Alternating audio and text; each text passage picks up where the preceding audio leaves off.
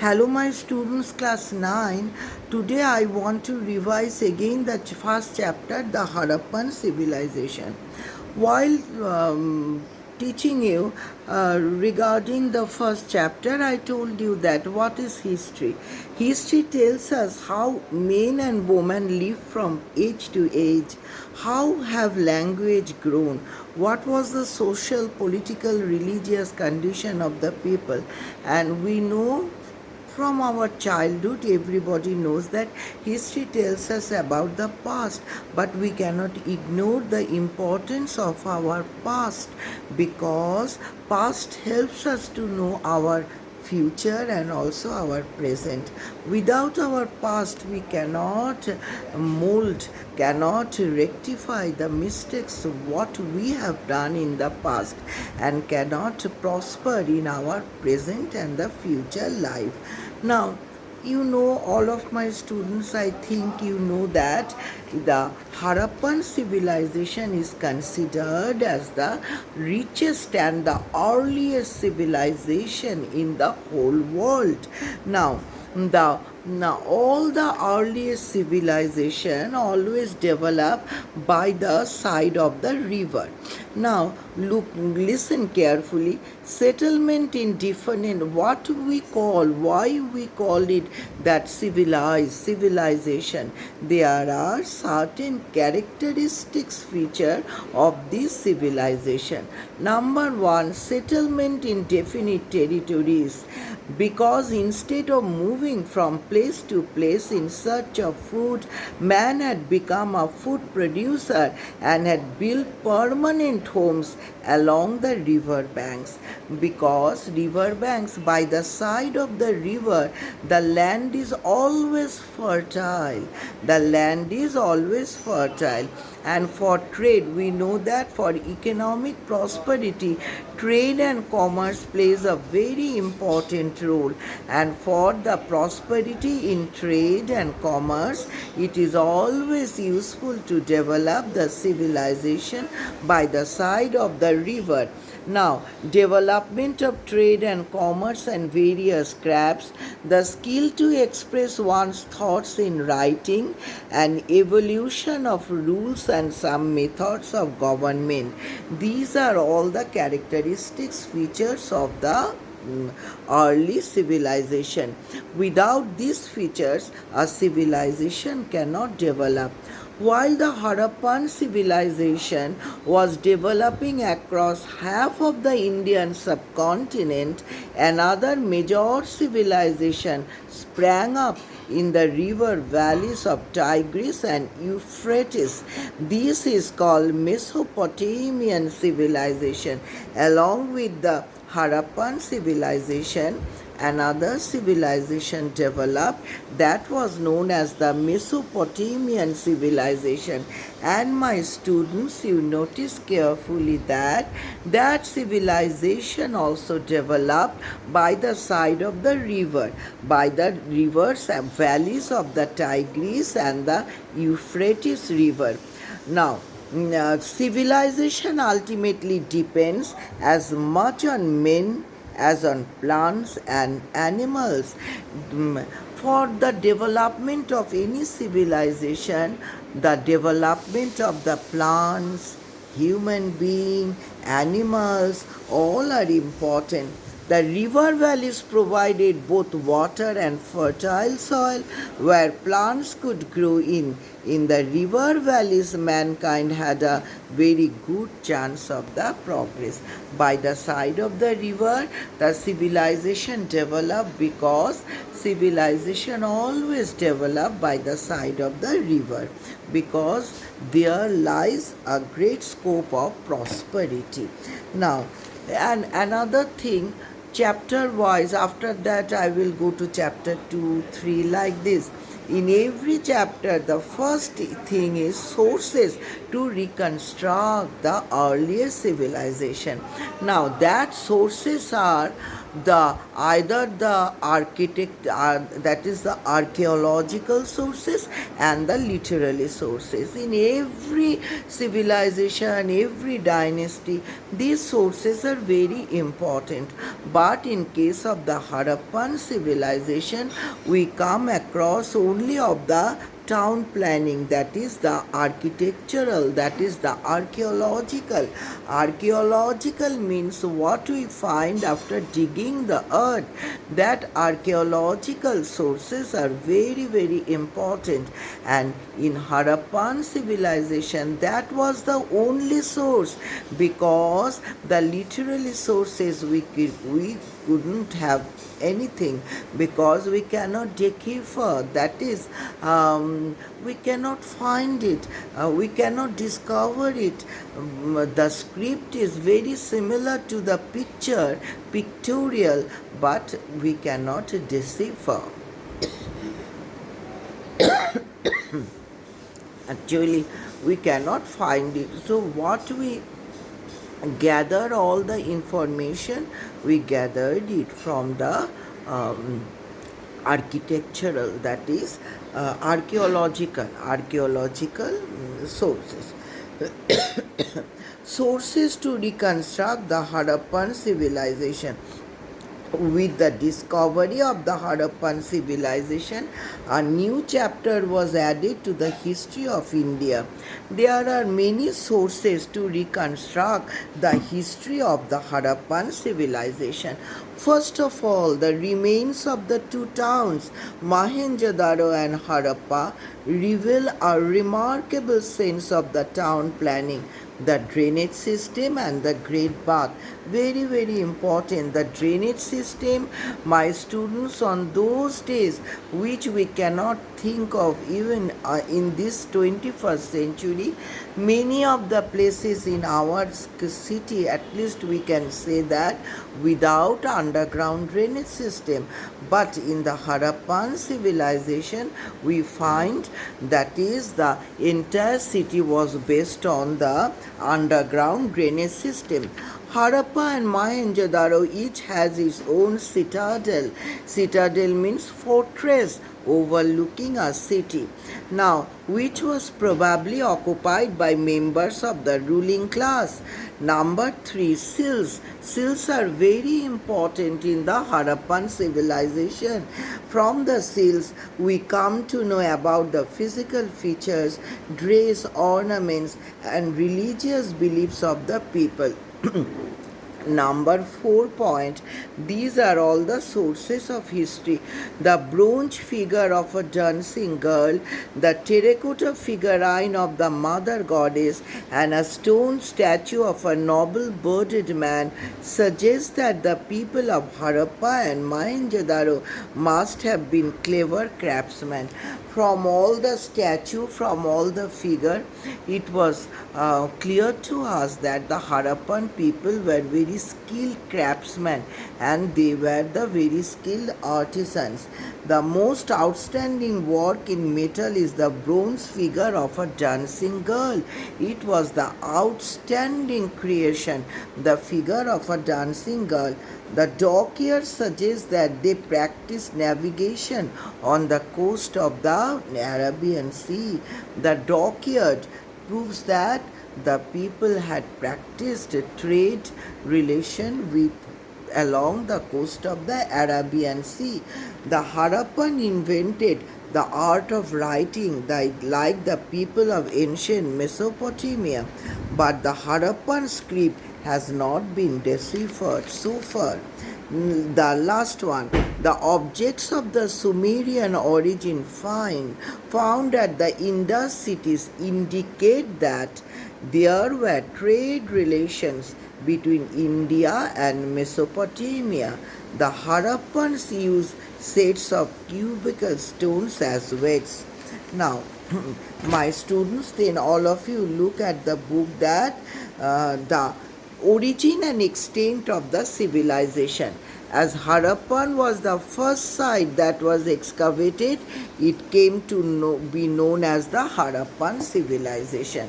And what was the most astonishing feature was that in 1921, the archaeologist under R.B. Dayaram Sahani, that is Rakhaldas Bandopadhyay and Dayaram Sahani, unearthed the ruins of the city of Harappa, situated on the bank of the river Ravi in West Punjab, now in Pakistan. As Harappa was the first site that was excavated, it came to be known as the Harappan civilization. In 1922-23, the excavations under Rakhaldas Banerjee of the Archaeological Department led to the discovery of the ruins of the city of Mohenjo-daro, located in the Larkana district of Sindh, now in Pakistan. So many sites of the civilization are located now in Pakistan. When further excavations were carried out, similar remains were discovered at Chanhu-daro in Sindh, Lothal in Gujarat, Kali Bangan in northern Rajasthan, Rupar in Punjab, Alamgir in Uttar Pradesh, and Banwali in Haryana. The period of the civilization. Unfortunately, there is no written record about the Indus Valley civilization. Many scholars suggested that it belonged to the period between 3250 and 2750 BC. It was nearly the same period which witnessed the growth of ancient civilization in Egypt and Babylonia. Radiocarbon dates indicate that Harappan civilization, so underline this, my students, very important, that is radiocarbon dates indicate that Harappan culture existed between 2500 1700 BC. Now, significant features of the Harappan civilization. Urban planning. What was the significant features? Among these, one is the urban planning. The ruins of the sites reveal that Harappan people were primarily, after digging the earth, a huge site was discovered and it was entirely based on urban planning. The ruins of the sites reveal that Harappan people were primarily urban and their cities were designed skillfully. The streets divided the entire city into square or rectangular blocks. So magnificent town planning of the civilization. Then the drainage system. One of the unique features of the city was its elaborate drainage system. The drainage system, underground drainage system, was very well planned. Now, the architecture and the house drains were connected to the underground main drains. Architecture, the dwelling houses. There were a number of the dwelling houses situated on either side of the streets. The houses were also, there were equal distance, regular distance from one house to another, and it was very well planned. The Great Bath, the most imposing structure that was unearthed at Mohenjo-daro was the Great Bath. There was a large swimming enclosure at the center of the quadrangle, which was 12 meters long, 7 meters wide, and 2.5 meters deep. This great bath was one of the most remarkable features of the Mohenjo-daro civilization. The great granary. The more remarkable building at Harappa was the Great Granary. It consisted of two blocks with an aisle between them. Each block had 6 halls with corridors, and each hall was further divided into 4 compartments. It was used for storing food grains. Then, my students, the last point is the assembly hall, the citadel, and other public buildings. You look at this carefully, and this is also one of the important features of the town planning. Now, then the social life of the people regarding the food. The principal diet of the people consisted of wheat and barley, which were regularly cultivated. Rice, dates, milk, mutton, poultry, etc., were also included in their diet. Then, dress. The people were simple dress. The people wore WORE, very simple dress. Men used two pieces of cloth. The upper garment was a shawl which was drawn over the left shoulder and under the right arm. The lower garment resembled a modern dhoti. Number 3, ornaments. Ornaments were worn both by men and women, rich and poor. Gold, silver, copper, and other well known metals and precious stones were used for making various ornaments of different designs, such as necklace, finger rings, and armlets. Then the economic life. Main occupations of the people was agriculture, and with agriculture, domestication of animals were closely related. So people used to domesticate the animals. And then trade and commerce. My students, you look and listen carefully that the economic condition during this Harappan civilization during that time was quite good. People used to live very peacefully. They wore much golden or gold ornaments. Now they had much trade and commerce relations with the other countries, and by the side of the river they had their civilization. Many evidences have been found which reveal that trade was carried on with Egypt and Crete. Objects of Sumerian origin found at the Indus cities further indicate that there were trade relations between these countries. Trade needs a measurement. We have to measure the uniform weights and measures. There is evidence that the Harappan people used sets of cubical stone weights even in the far-flung areas. Trade was carried on both by land and sea routes. The representation of a mastless ship on a sail suggests that popularity trade was carried through the sea routes. Arts and crafts. The art of sculpture, sculpture in metal, sculpture in stone. The Harappan people were very efficient in different kinds of the sculpture. They had the most outstanding work in metal is the bronze figure of a dancing girl with the right hand on her hip in a dancing posture. Then another point, sculpture in stone. Two stone statues which have been found at Mohenjo-daro and Harappa show the remarkable skill of their sculptures. One of these is the statue of a nobleman or a priest wearing a shawl over the left shoulder and under the right arm. His eyes are half closed and his beard is neatly trimmed. Now, sculpture, they are also very much skilled in sculptures in terracotta. The terracotta figurine of the mother goddess, which was found at Mohenjo-daro, is an exquisite piece of sculpture. Several other terracotta figures of a bull, dogs, sheep, birds, men and women have also been found. Then the art of carving, the art of painting, the art of pottery. Many pictures are also given. My students, you go through it very carefully. The art of spinning.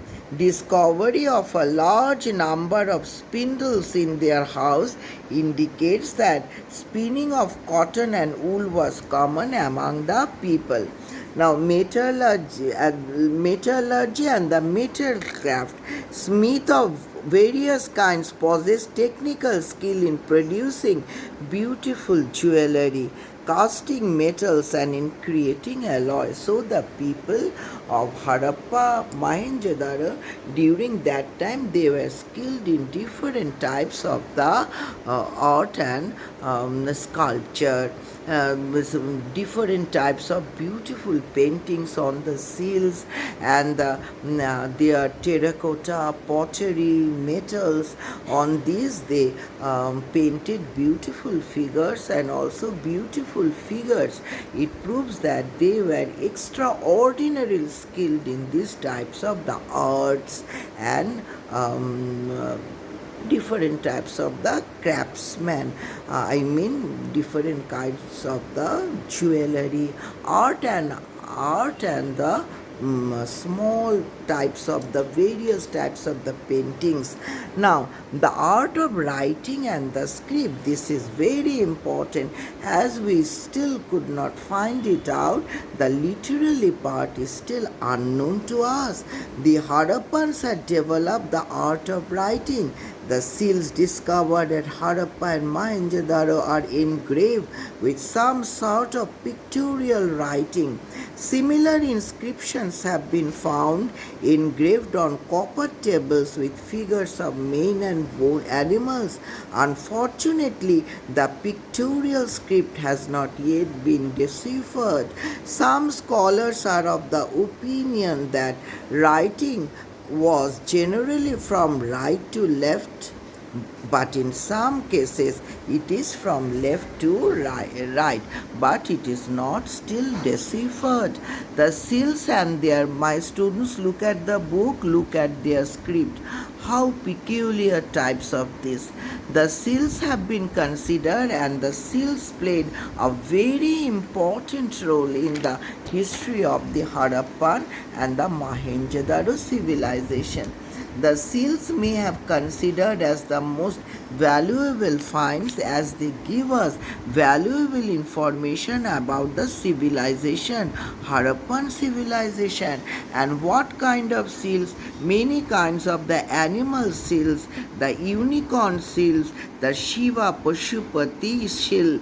And what are the importance of the seals? My students, you have to look at what are the different type of the seals, and you have to keep in your mind. And then importance of the seals. The seals are valuable sources of information about the culture and civilization of the Harappan people. From the figures on the seals, we come to know about the physical features, dress, ornaments, and hairstyles of the people. And we also learn about the animals they used. They throw light on the religious faith and beliefs of the people. Number 3, they give us an idea about their commercial activities. Number 4, they reveal the remarkable skill of the artist. Number 5, they show the scripts prevalent in those days.